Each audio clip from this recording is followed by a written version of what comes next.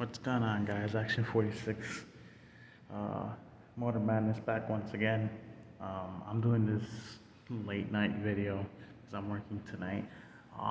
My opinion on the race in Watkins Glen and some little news about the new NASCAR game coming in October. First off, let's talk about the race. The race so far was not bad, but until we got to the stage, coming to the ending of the stage, 8 laps to go. Before 8 laps to go was gonna be called, we had a big accident coming out of the carousel of Watkins Glen, and I know a lot of people are pissed off at the fact that Austin Hill wrecked the 11 car. I saw that and I was like, man, this is not right, man. Why would he come back and just do that? A lot of people were saying the same thing, like, why would you bring this guy back? Like, he knows he didn't learn his lesson. And I'm being honest with you, if a guy like him's got that type of style of racing that he doesn't know how to control himself, then there's gonna be a big, how you call it? There's a word for it. I mean, you have to face the situation at best, because now, since you've been seen twice doing the same maneuver all the time, especially last year when he tried to do it to Van Gisbergen when he drove the 97 before he became driver of the 9 car for part-time. Austin Hill's been like that since last year. He's always been driving pretty aggressive, and there are gonna be consequences now. He's gonna have to bite the bullet now. Now he's gonna have to face the consequences. To me, the consequences should be heavier than what they did when they gave him in Indianapolis, because these consequences, they're too light. The NASCAR should go a little bit more heavier on the consequences part. That was one of the biggest wrecks I've ever seen in Watkins Glen, especially because even the announcer said it. This road course is more like an intermediate and a little bit of a road course, because the track is fast. Ever since when the track was shown in the 80s, the late 80s, that track is always fast. But with that situation that we saw in the race today, late afternoon, it shows that, aggression is not always going to be the bigger hand. And this time it proved it, because now this person, of course, what I'm talking about is Austin Hill. He won't stop doing what he's doing, because now, with the situation he's at, is getting to his head. No, in fact, he just got suspended in the race before, and now we don't know if he's gonna get suspended again. Maybe suspended forever and not come back, because he's got that mentality, knowing the fact that he wants to race more aggressive than the rest. Should tell the tale that racing aggression should not be the only number one thing in his mindset. He should understand that you have a team that can back you up 110%. Sometimes right about now, that the team motor right now is not in equal status quo. And knowing the fact that now you have this driver showing his aggression up against other drivers, it's gonna really hit hard. The other accident before that, before we got to 8 laps to go between Connor Zilic and Shane Van Gisbergen, let's just say that the accident was just an accident. Let's just tell you that much. What Van Gisbergen did was defend his line, but it wasn't a proper line, because when you look at it, he was more towards the right-hand side, closer to the rumble strip. I would say Zilic tried to slow himself down, but he didn't have enough time to slow himself down to not get over that. But he needed to get back in the track to stay behind him. But I think, to me, when you look at the video carefully, and when I saw, it's the same thing. Van Gisbergen was protecting that position, protecting that line. That's a really bad line to get into the corner, especially when you try to go out wide, because the Glen, you have to go out wide and follow the line going into the corner, because you have to make it tight. Because Watkins Glen, you have to be either one end to get into the bus stop and not the other side. Certain turns like the carousel, and many other turns after that, you have to be going out wide and going into the corner tight. What Van Gisbergen did, he went outside. Actually, Zilich made it right.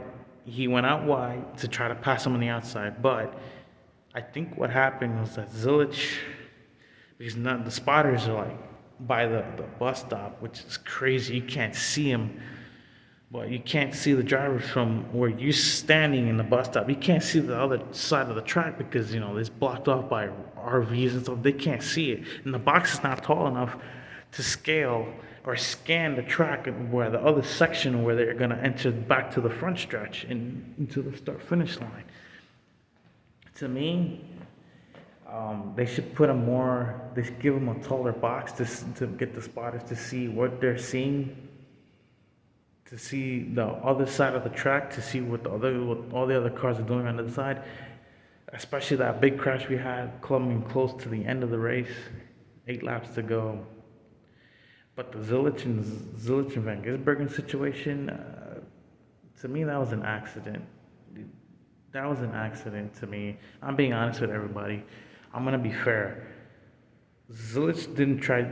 Zilich was even telling his crew chief, "Listen, don't lie to me," because to me, I literally looked like I took him out. Like he didn't want to move more left towards the wall on that side because he was standing his ground right where the right where the curve was, because you could see it clear as day. Van Gisbergen didn't want to move over to the left, more left to where they have to enter the corner going back to the front stretch. That was one thing that caught my attention, knowing the fact I'm a junior fan and I watch the Xfinity series and I finished watching the race and I'm happy for Connor Zilich. And then I'm getting texts stating that Zilich got himself hurt. I'm like, what? Huh? I was like, everybody was like, I hope Zilich is okay. I got a text from William nonstop, and I got a text from my cousin stating that he did a bozo move. And I was like, I'm confused. Like, what are they talking about? Because I had to call my cousin, and I want to clear this. I want to hear a clear story about what happened. He tells me during celebration, his window net was outside the car, not inside. So what happened was, Zilich is okay, by the way. There was a newsletter that went out. They're gonna pull his car out of the line of the Cup Series. He's doing okay, but he broke his collarbone, which that's gonna take a while to. I don't want to say take a while. That could be surgically put back with certain medical stuff. But that could be surgically put back if they do it the right way, because a collarbone, it will get crushed. He broke his collarbone. Now, I don't know how long that's gonna heal. That's gonna probably heal for maybe 24 hours, maybe more than that. But my cousin told me, "Oh, you know your driver won the race? Yeah, he hurt himself while celebrating with the guys." That's not the first time we had a problem with that, with a driver hurting himself. Especially in celebrations when they're just so excited, they get out of the car and they're going bonkers. That happened last year in the Truck Series race in Milwaukee, and Lane Riggs was just dominant throughout the race. He finishes the race. He's coasting back to the front stretch. He stops right on the start finish line. He gets out. He's all excited. Next thing you know, he was doing this, piping up the fans. Next thing you know, he did one of those round out punches in the air. He literally, like, his arm just blew out. Like, he pulled the muscle, or maybe pulled like he just probably pulled the muscle the moment he was pumping up the crowd. His arm probably went up, blew out, and it was like, he felt it. Like, the moment his arm went up, he's like, oh man. He tried to bring it down slow, and he did, but it still hurts because, you got a ball joint here. That's what happened. You got a ball joint here, and he's roughing up the crowd. He's like, yeah, I won. Next thing you know, his arm went back up maybe the second time, and then his arm blew out. Like, it disconnected the ball joint from the arm collarbone, and he had to bring it down slow because his arm is messed up. And don't get me wrong, Sometimes when you get super excited, like what happened to Zillich, you get so excited that time is flying by fast. You're like, man, I can't believe I won this race for this team. 101 wins is a lot for a team in the Xfinity Series. Ever since Mark Martin won for Junior back in 2008. And I mean, I was like, holy cow, 101 wins. Then, of course, that happens. I get a text flying off the seat of, I'm getting text left and right on my phone, and I'm like, what's going on? I'm confused. Is it because of the race? I was confused. I was being legit. I was confused. I was like, what are we talking about? Was it because of the accident between him and Van Gisbergen? I saw it firsthand. I was like, oh shit, was it because of this? Nope, that's not it. And then I'm getting a text from my cousin. He's like, dude, your driver's like a freaking ass. I was like, what is he talking about? I had to call him up. And I was telling him, was it because of Van Gisbergen? And he was like, no, something else. I was like, oh shit, something else. Then I figured it out. He tells me, oh yeah, your driver, when he came out the car, he's standing on the side where the driver's side comes out, and he comes out, and all of a sudden I noticed something. Wait a minute, what happened? Oh, he hurt himself on, like he just, like he was standing up cheering. Next thing you know, he slipped and his foot got hooked on the safety net. I was like, oh snap, what? And he has to race tomorrow, but they pulled the car off. I just saw the news today. They just had to pull the car off the grid because of that. He broke his collarbone. He was alert. He was awake. But when you're doing those type of celebrations, you're bound to hurt yourself one way or another. You just don't know it yet until you figure it out. It's just that maybe his window net, when he probably pulled it down, he was bound to probably pull it in, but it won't probably go in. It will just probably be stuck outside. Sometimes you do so many laps around the track, and one of these days, that window net is bound to get bent. Like it won't come in or out. It won't come in because the pole that holds that net could get damaged. That's probably why he didn't want to. That's why he probably forgot to bring it in. Maybe the net probably got damaged probably during the race. You never know, because these races are so long, like 3 or 4 hours behind the wheel, and you're bound to damage something on the car, inside the car, depending on it. I'll be certain that his window net got damaged. That's probably why he didn't bring it inside the car, but still, it's like his window net was outside the car. Remember, those window nets are slippery, especially when they're outside the car. And because of the threads, they're so smooth. But other than that, the race, it was chaotic up to the ending. That's that stage end. Everybody's talking about it. Austin Hill should get suspended indefinitely. The Zillich and SVG accident was an accident to me. Connor Zillich was completely.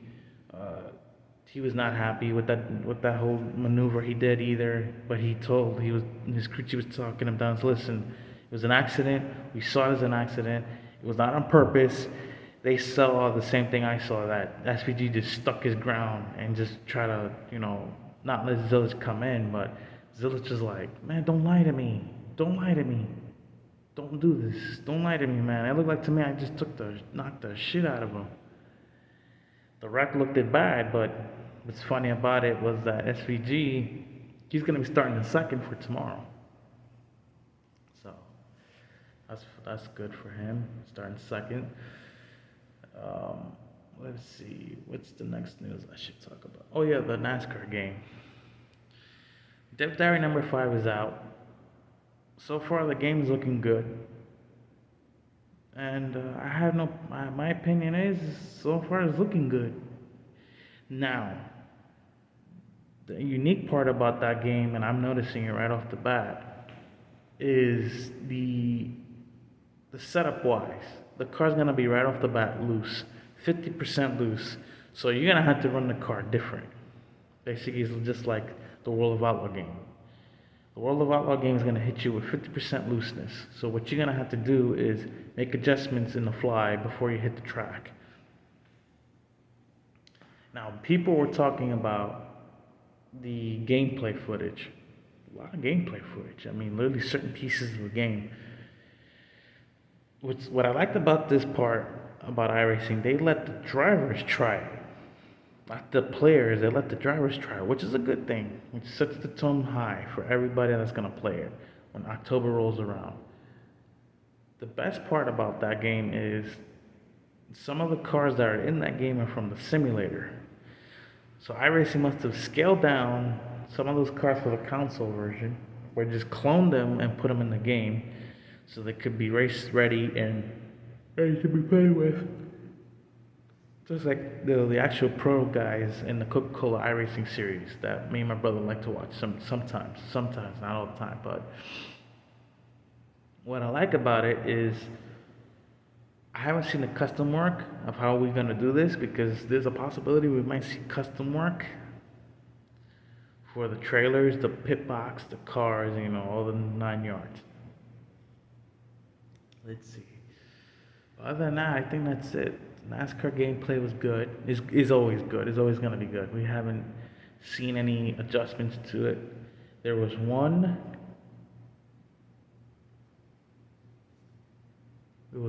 flaw that caught my attention.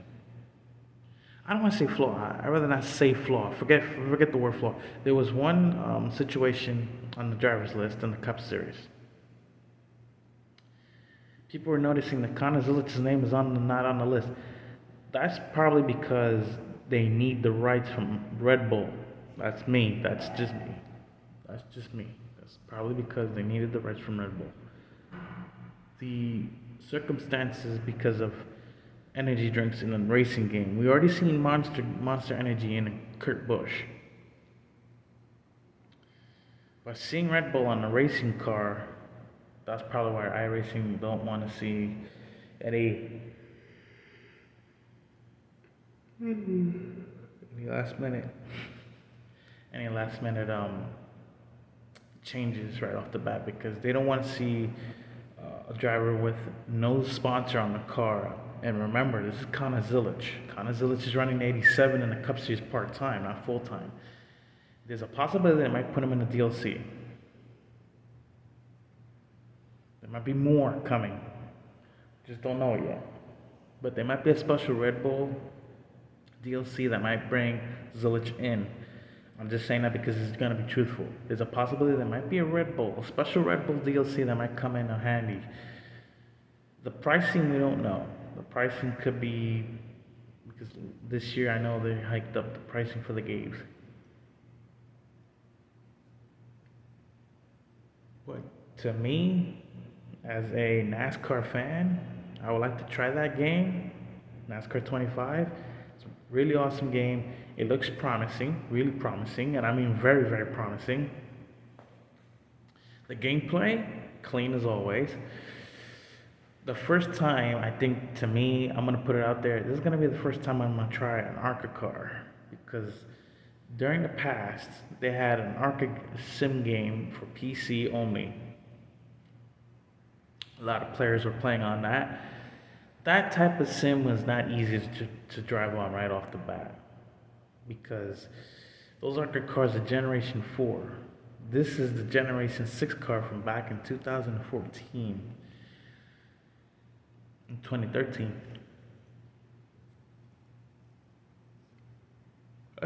Let me just say this. When that NASCAR game comes out, I know a lot of people got mixed feelings, but some of the people that have mixed feelings should forget about the mixed feelings. They should just see what the game is capable of. Because this is not motorsport. This is iRacing and monster games put together. Let's see what the game's capable of. Then we figure out, because now not just that game's coming out in the fall, but in November we got another racing game coming out called Project Motor Racing, which is going to come right after NASCAR. And I think Wreckfest, is being put together until 2026. So we'll see when the NASCAR game comes out on October 14th of this year. I'm hoping that game does well. Great job for Zelich, but I feel bad now because he hurt himself during celebrations. But he'll be fine. He's doing great. He just hurt his collarbone. Uh, right now, I think she should just get that surgically put together. They probably stick a rod in there, and hopefully he'll stay. He's got 2 weeks to heal, so that's good enough for him to take it easy and say, okay, you know what, I won that race, 101 wins for Junior. Let's go. So thank you guys very much. This is Xfinity Motor Madness, and I'll see you guys maybe tomorrow. Let me see what's the time.